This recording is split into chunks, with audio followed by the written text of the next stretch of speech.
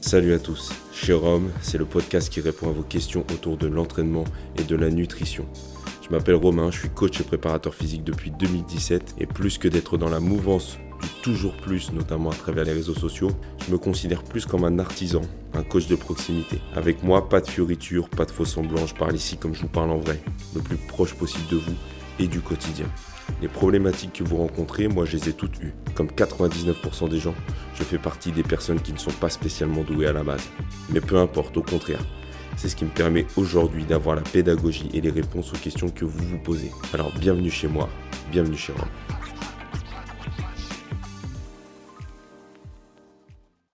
Salut à tous et bienvenue dans ce nouvel épisode de chez Rome, nouvel épisode consacré autour de l'alimentation et plus particulièrement autour du timing de l'alimentation. Timing serré pour la plupart d'entre nous.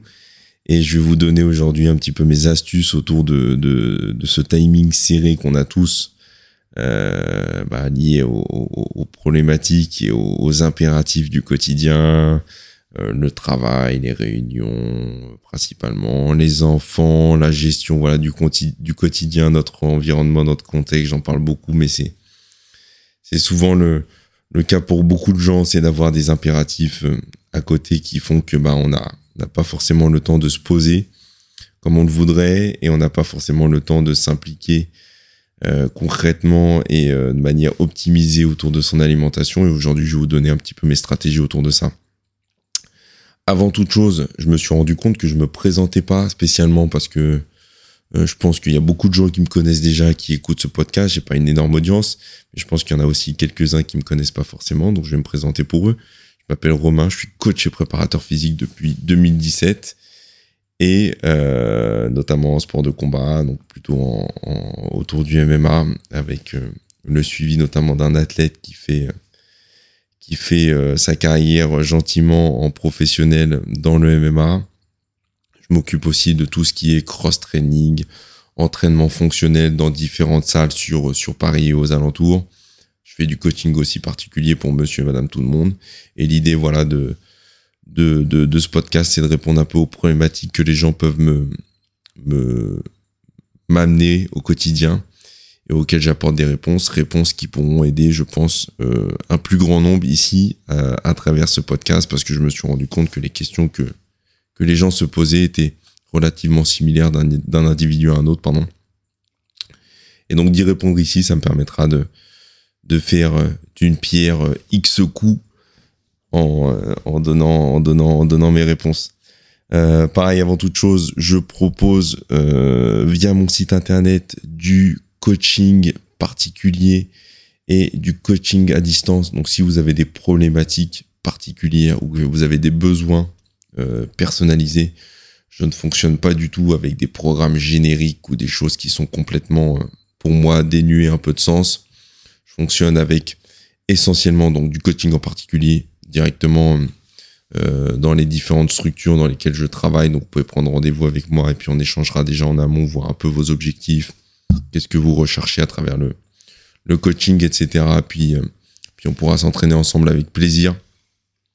Mais je propose aussi également du coaching à distance dans lequel je vais vous suivre de manière totalement personnalisée, notamment grâce à une application qui s'appelle True Coach, sur laquelle je vous programme vos séances d'entraînement tous les dimanches et sur laquelle j'interviens de manière, encore une fois, totalement personnalisée et adaptée en fonction de vos objectifs que vous aurez pris le temps de me donner grâce à un formulaire que je vais mettre en lien d'ailleurs en dessous de ce podcast, qui va vous permettre d'identifier concrètement vos objectifs à travers les questions que je vous pose. Vous allez voir, c'est assez précis, qui vont vous permettre d'identifier vos objectifs physiques sur lesquels on va travailler et sur lesquels on va mettre en place des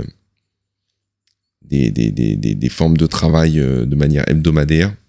Donc avec la programmation d'entraînement, avec un suivi autour de l'alimentation, avec un suivi de manière générale, de manière holistique autour de vous, de votre contexte, de votre environnement, et mettre en place la structure la plus adaptée, la plus précise et efficiente possible pour que vous puissiez atteindre vos objectifs qui sont généralement atteint, pour la plupart des individus avec qui je travaille, aux alentours de 3 à 6 mois.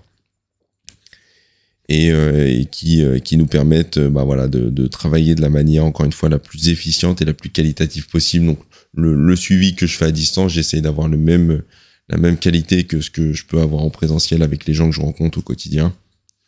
Même si on se voit pas spécialement en direct, j'essaie d'être le plus possible disponible, que ce soit à travers des échanges autour de l'alimentation et puis bien sûr autour de l'entraînement avec les retours que vous me faites, donc qui sont assez instinctivement accessibles grâce à l'application.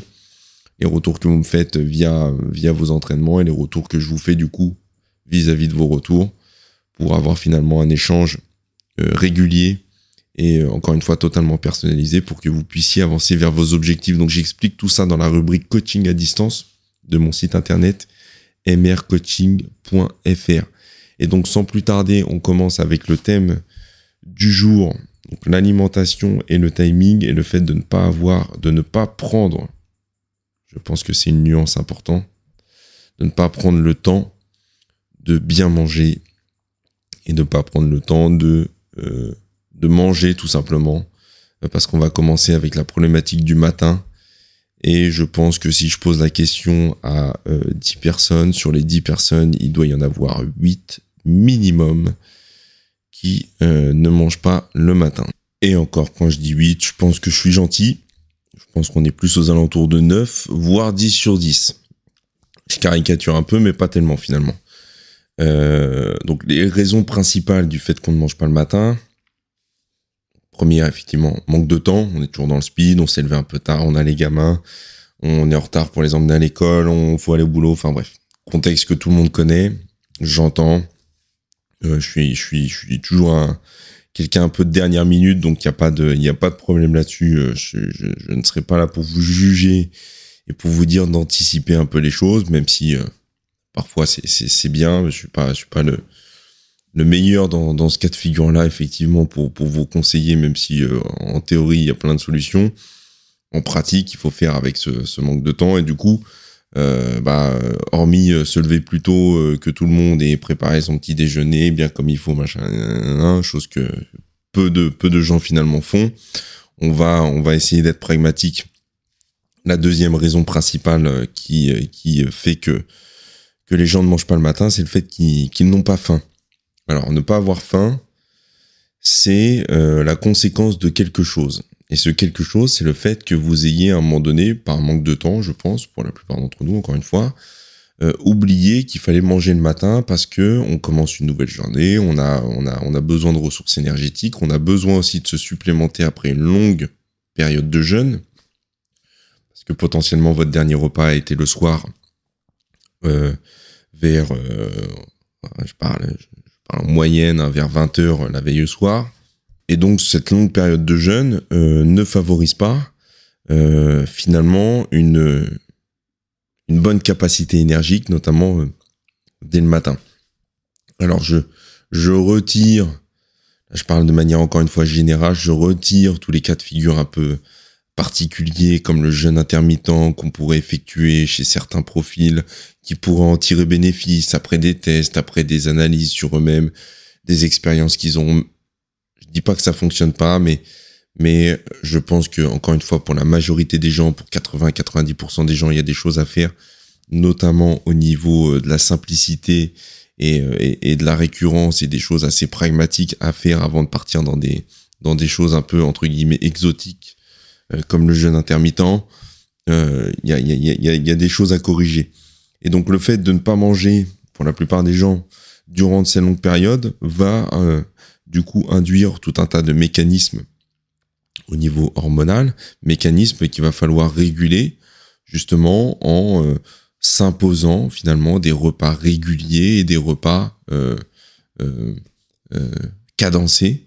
On a un rythme, le corps, encore une fois, comme je l'ai dit précédemment dans des épisodes précédents, le corps aime bien avoir ses petites habitudes, il aime bien avoir ses mécanismes bien rythmés, et il n'aime pas trop les perturbations irrégulières, on va dire.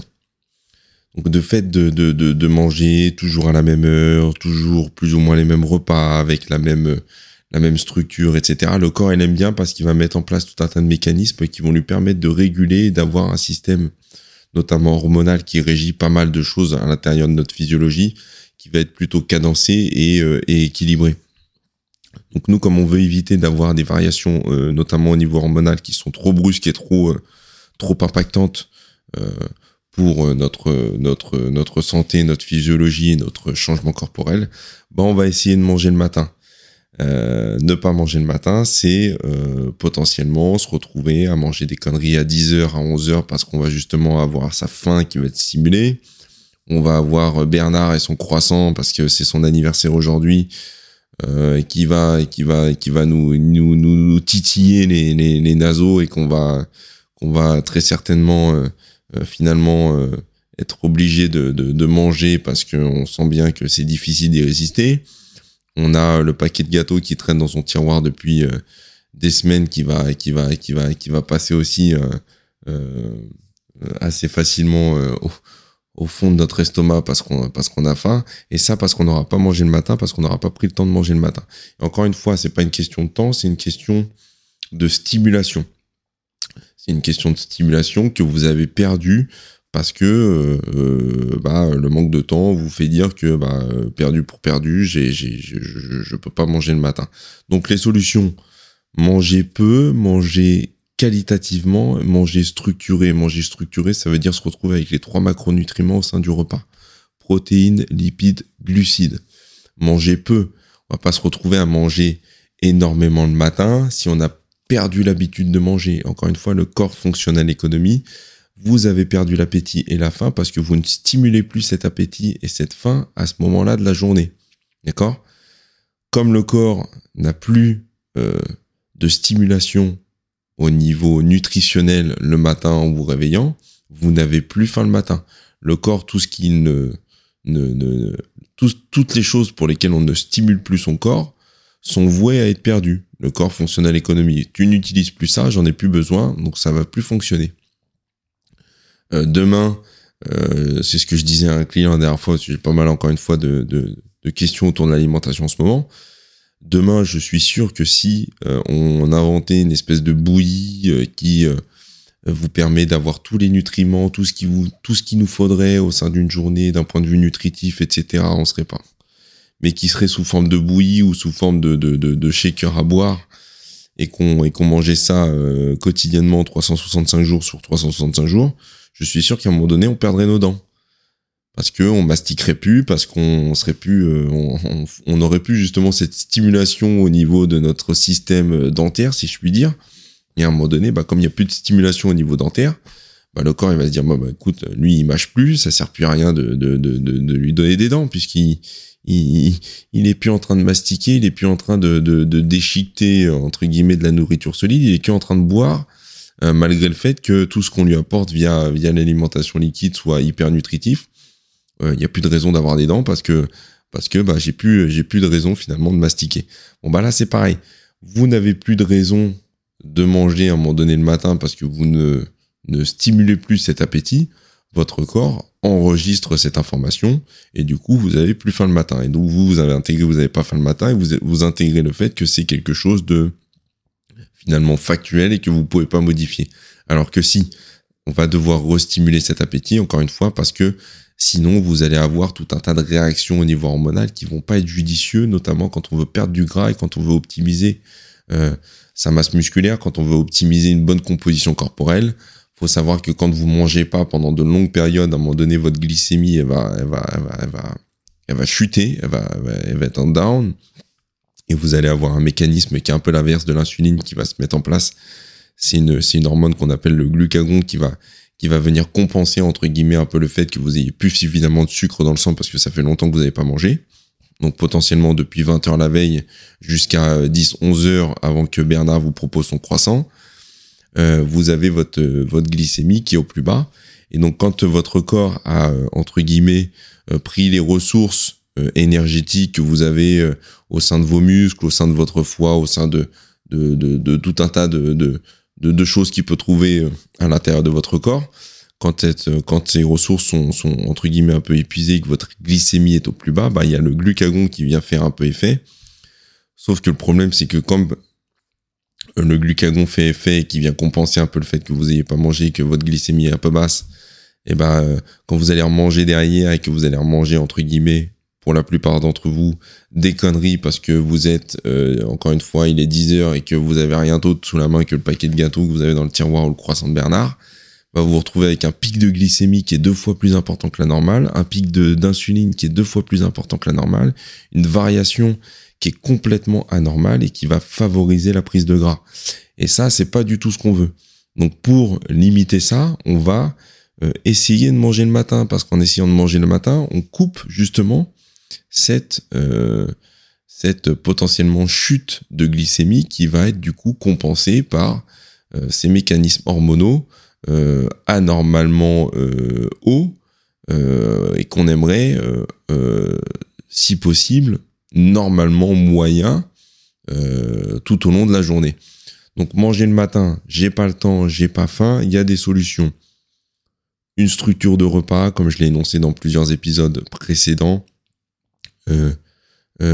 équilibrée. Donc on y retrouve les 3 macronutriments: protéines, lipides, glucides. Donc dans les protéines, ça peut être par exemple, j'ai pas le temps de matin, un fromage blanc, un skyr, des petits suisses, un yaourt grec, peu importe, quelque chose de frais qui finalement passe assez bien parce que ça va pas être trop consistant et puis ça va glisser un petit peu entre guillemets. Donc ça, c'est pour la ressource en protéines. Pour la ressource en glucides, on peut retrouver un fruit de saison. Là, en ce moment, c'est les clémentines. Ça peut être les pommes, les poires, les bananes, peu importe. Mais la clémentine, c'est intéressant parce que c'est un peu juteux, c'est pas très finalement dense. Donc quand on n'a pas trop faim le matin, ça passe assez bien, c'est frais. Pareil, ça glisse assez facilement. Il faut se rappeler que on n'a pas beaucoup d'appétit, voire pas du tout. Ça fait longtemps qu'on n'a pas mangé le matin, qu'on n'a pas pris le temps de manger le matin, et donc du coup, va pas falloir brusquer trop fort son estomac. Et je pense que c'est des bonnes solutions. Fromage blanc, petite clémentine, et à côté de ça, la ressource en lipides, du coup, pour compléter les 3 macronutriments, avec des noix, des amandes, voilà, des oléagineuses, sans sel ajouté, bien évidemment, qui vont venir compléter, du coup, ce repas équilibré. Et donc là, même avec un tout petit repas, un yaourt, une clémentine et 2-3 noix, ça prend 3 minutes top chrono à manger. C'est pas hyper consistant, mais ça permet justement de vous refournir de l'énergie et d'avoir justement une glycémie qui va rester plus ou moins normale, avec des changements au niveau hormonal et des changements physiologiques qui vont pas être trop brusques et qui vont vous permettre de finalement avoir de l'énergie et de combler votre satiété jusqu'au repas du midi, et de pas compenser avec des conneries à 10 ou 11 heures un peu dans l'urgence, qui vont venir complètement vous dérégler physiologiquement parlant. Le midi, quand on n'a pas trop le temps, pareil, y a une solution qui est très simple. Ça fait le lien du coup avec ce que je pourrais dire après, mais c'est pas grave, je le dis un peu en avance. C'est que le soir, quand vous cuisinez, essayez de faire en double votre repas, comme ça vous avez votre gamelle du midi. Ça semble con, je pense qu'il y en a plein qui le font déjà, mais force est de constater que c'est pas quelque chose quand même de récurrent que je vois autour de moi. Donc quand vous avez pas le temps, que vous avez juste un micro-ondes pareil à disposition au boulot, que vous êtes un peu pris par le machin, faites en sorte d'avoir la gamelle que vous avez mangée la veille au soir en double pour le midi. Comme ça, vous vous retrouvez avec un repas entre guillemets équilibré sur lequel vous savez ce que vous avez dedans, parce que c'est vous qui l'avez cuisiné dans le meilleur des mondes, bien évidemment. Et donc, vous limitez les chances de vous retrouver au grec du coin, à la boulangerie du coin, tenté pareil par toutes les pâtisseries, les bonnes odeurs qu'on peut sentir à la boulangerie. Donc, on se retrouve avec quelque chose d'hyper qualitatif. Moi, ça m'arrive souvent du coup de faire à manger le soir, mais de pas doubler pour le repas du midi. Donc, ce que je fais, c'est que quand j'ai pas le temps et que je dois manger rapidement parce que j'ai des coachings qui s'enchaînent, je dois me déplacer en moto, je fais 15 000 allers-retours, etc., je m'arrête dans un petit magasin, je prends un sachet de riz micro-ondable. Alors, ce que je vous dis, c'est pas forcément l'idéal, mais c'est ce qu'il y a, entre guillemets, de moins pire quand on n'a pas le temps et qu'on veut rester plutôt propre dans son alimentation et qu'on n'a pas prévu le coup. Plutôt que de m'arrêter à la boulangerie et de prendre un sandwich un peu tout pourri, je prends un petit sachet de riz micro-ondable, je prends des carottes râpées par exemple, où je regarde dans la composition qu'il n'y ait pas trop de conneries. Je vais prendre des œufs et je vais me caler ça au micro-ondes. Je vais me caler mes œufs au micro-ondes. Alors moi j'ai ma petite recette, je touille mes œufs là dans mon Tupperware en verre et puis je colle ça 2 minutes 30 au micro-ondes, ça me fait une espèce d'omelette. Je fais chauffer mon riz. Pareil, j'ai mon riz blanc basmati propre et à côté de ça, je mange mes carottes. Et j'ai mes protéines, j'ai mes glucides avec le riz, j'ai mes légumes avec les carottes et j'ai mes lipides parce que généralement dans les carottes et dans le riz, il y a toujours un peu d'huile d'olive. Donc je me retrouve avec finalement un repas équilibré qui m'a pas pris beaucoup de temps, qui m'a pas coûté énormément d'argent en plus et qui me permet de finalement rester plus ou moins équilibré et de pas me retrouver avec un repas complètement éclaté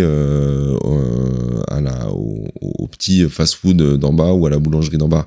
Non pas que je diabolise les boulangeries, loin de moi cette idée-là. Je suis un gros consommateur de pain, de baguettes et de ce savoir-faire français extrêmement enrichissant nutritivement parlant. Rien que d'y penser, la baguette avec du beurre et du fromage, on en salive tous, bien évidemment, même un bon jambon beurre, mais le but étant encore une fois de rester calibré vis-à-vis de ses objectifs et au quotidien, et on sait très bien que c'est pas ça qui va nous permettre de nous rapprocher de nos objectifs de manière épisodique, aucun problème, mais de manière récurrente, c'est là que le bas blesse. Et encore une fois, tout ça, c'est des mécanismes de compensation parce qu'on n'a déjà pas commencé sa journée de la bonne manière. On a déjà commencé sa journée en ayant faim à 10h parce qu'on n'a pas mangé le matin, parce qu'on s'est dit « Oh, j'ai pas faim, j'ai pas le temps, etc. » Donc ça sert à rien que je mange, alors qu'il y en a des solutions, comme je vous l'ai dit. Et vous allez vous rendre compte en plus que le matin, je refais le lien avec le repas du matin, pour l'avoir constaté chez la plupart des gens à qui je conseille ça, à mes clients en coaching, etc., vous allez vous rendre compte que petit à petit, en restimulant l'appétit le matin, après vous être réveillé, vous allez avoir de plus en plus faim et vous allez commencer à manger de plus en plus. Vous allez commencer à manger des œufs, vous allez commencer à varier un peu votre alimentation à ce repas-là. Vous allez vous rendre compte que se lever et partir au boulot quand on n'a pas mangé, ce que vous faisiez pendant des années, ça va devenir très compliqué parce que finalement c'est un repas qui est extrêmement important, non pas parce que c'est le repas le plus important de la journée, mais parce que c'est un repas qui vous permet justement d'avoir une régularité dans l'apport énergétique tout au long de votre journée. Si vous mangez pas à ce moment-là, vous avez, comme je l'ai expliqué précédemment, ce creux qui va envoyer des mécanismes hormonaux qu'on n'a pas forcément envie d'avoir et qui vont créer tout un tas de compensations, notamment au niveau de la prise de gras, etc., etc. Donc pour le repas du midi, même principe, on évite les conneries, on évite les phénomènes de compensation liés à son mauvais début de journée. Quand on arrive vers 4 heures, on essaie pareil d'avoir une petite collation, bon ça ok, très bien. Le soir, quand on n'a pas le temps de manger, de faire à manger, pareil, même principe. Ne partez pas dans de la grande cuisine, faites des choses simples. Moi, quand j'ai pas le temps le soir, ou j'ai pas envie, ou que ma journée, je suis rentré à 21h, je suis cuit, je suis éclaté, que je dois faire à bouffer, je commence pas à envisager des trucs de ouf, hein. C'est du riz blanc à casserole, c'est des œufs au plat, c'est des haricots verts vapeur au-dessus de la casserole de riz, et puis merci, au revoir. J'envisage pas de me faire des plats de ouf. J'évite, pareil, d'avoir dans mon frigo des conneries tout préparées qui vont, entre guillemets, me laisser tenter par justement ce manque de temps et ce manque d'énergie qu'on ressent beaucoup en fin de journée. Mais je vais pas non plus m'envoyer dans des grands sujets de cuisine ou de voilà. Le problème, c'est que quand on arrive le soir et qu'on n'a pas structurer ses repas précédents de la bonne manière, on a souvent très très faim et on va se jeter sur des conneries, on va se jeter sur une alimentation qui est trop riche, qui est pas du tout adaptée au moment de la journée parce qu'en plus généralement à ce moment-là on a hormis cas de figure où je suis rentré du sport, etc., Mais pour beaucoup d'entre nous, on a sa journée dans les pattes, on est fatigué, on a envie de décompresser, on va se jeter aussi un peu sur les conneries. C'est pas le but. Le but, c'est de rester encore une fois dans une alimentation équilibrée, structurée et efficiente, malgré le fait qu'on n'a pas de temps ou qu'on n'a pas envie d'y consacrer beaucoup de... En fait, à ce moment-là de la journée, on n'a surtout pas envie de consacrer énormément de temps. C'est plutôt ça, c'est pas qu'on en manque du temps, c'est qu'on n'a pas forcément envie d'y consacrer énormément parce que voilà, c'est difficile, mais restez simple, faites des choses simples que vous pourrez du coup aussi remanger le midi, comme je le disais précédemment encore une fois. Faites des repas que vous allez pouvoir doubler, donc du riz blanc, des pâtes semi-complètes par exemple, des patates douces, des choses simples, des choses qui vous permettent de pas trop vous prendre la tête et qui restent encore une fois dans le cadre de vos objectifs. Alors vous allez me dire oui, ça manque de diversité, ça manque de... À un moment donné, on a ce qu'on a en fonction de ce qu'on fait, hein, c'est tout. On n'est pas... à force de se dire ouais, bon, petit plaisir par-ci, on n'a pas le physique qu'on veut, on prend du gras, on est complètement déséquilibré, ça fonctionne pas, on n'atteint pas ses objectifs et pour la plupart des gens, c'est la même chose. À un moment donné, quand on veut avoir des objectifs physiques, il faut se donner concrètement il faut avoir connaissance entre guillemets de l'ampleur du travail et ça passe par peut-être effectivement avoir un peu de redondance au niveau de son alimentation. Alors redondance, ça veut pas dire forcément manger toujours la même chose, mais c'est d'avoir une structure qui se ressemble le plus possible pour avoir le moins de variations encore une fois au niveau hormonal, qui va de toute manière induire à court, à moyen ou long terme une prise de gras en fonction des individus. Donc sur le soir, quand on n'a pas trop le temps, faites simple, cuisinez. Pareil, c'est extrêmement important de cuisiner parce que c'est vous qui savez ce que vous avez dans l'alimentation, dans votre assiette, ce que vous allez mettre dans votre alimentation parce que vous avez justement cuisiné. Mais ne vous jetez pas sur des plats préparés. Ça passe aussi du coup par le fait de ne pas acheter ce type d'aliments quand vous faites les courses. Achetez le plus possible des aliments bruts, non transformés. Moi, c'est vrai qu'il y a plein de soirs quand je rentre que je suis fatigué où je me dis putain, j'aimerais bien finalement avoir une pizza à la con là, Sodebo là dans le frigo ou un truc tout prêt, un chip parmentier surgelé, mais en réalité je les ai pas. Donc, comme je les ai pas et que j'ai faim à ce moment-là, bah je me fais un truc simple, c'est-à-dire du riz. Je me fais un gros truc de riz. Ça revient souvent dans mon discours, mais le riz, j'en bouffe. Je me fais du riz, je me fais mes légumes, je me fais ma protéine, mes œufs, ma viande, peu importe en fonction de ce que j'ai. Mais je sais ce que je mange, ça me prend pas énormément de temps et du coup j'arrive à avoir quelque chose de qualitatif. Et quand j'ai la présence d'esprit de le faire, bah je double ma gamelle de riz par exemple pour le lendemain midi. Je sais que je me retrouve avec une source de féculents de qualité pour le lendemain midi. Encore une fois, ça participe pas forcément à la diversité, mais ça me permet de rester dans mes objectifs et ça me permet surtout d'avoir quelque chose d'efficient malgré le fait qu'on n'ait pas encore une fois le temps nécessaire pour optimiser son alimentation. Donc des stratégies, il y en a. Le tout, c'est d'être structuré et de pas laisser entre guillemets des trous qui vont, pour conclure, qui vont amener des compensations. Les compensations, elles seront émotionnelles à un moment donné et physiologiquement, elles seront pas du tout optimisées pour ce que vous souhaitez avoir. Elles seront pas du tout optimisées pour ce que vous souhaitez avoir.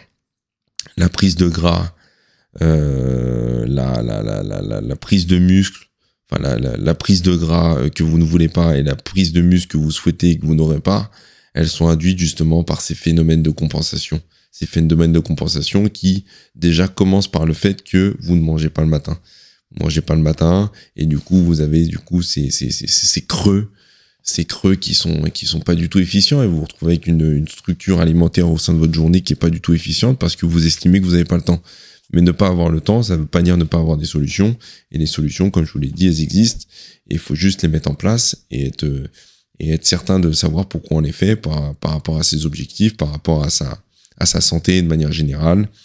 Et prendre le temps aussi de se poser. À un moment donné, de pas avoir le temps, effectivement, c'est aussi peut-être la conséquence d'une vie que finalement on subit un petit peu, et du coup je pense qu'il est intéressant aussi à certains moments de se poser, de savoir concrètement ce qu'on veut, pourquoi on le fait, quel est le but de tout ça, quel est mon contexte, mon environnement, comment je peux avoir la main dessus, comment je peux essayer d'optimiser ça, comment je peux essayer de rendre plus efficient ça au quotidien pour, encore une fois, aller dans le sens de mes objectifs. Je crois que je termine à chaque fois mes podcasts et mes épisodes de la même manière, mais c'est un cercle sans fin. C'est vrai que j'ai l'impression toujours de me répéter, mais finalement c'est toujours la même chose, et des solutions on en trouve toujours, à condition d'être convaincu de ce qu'on fait, d'aimer ce qu'on fait, et de savoir pourquoi on le fait.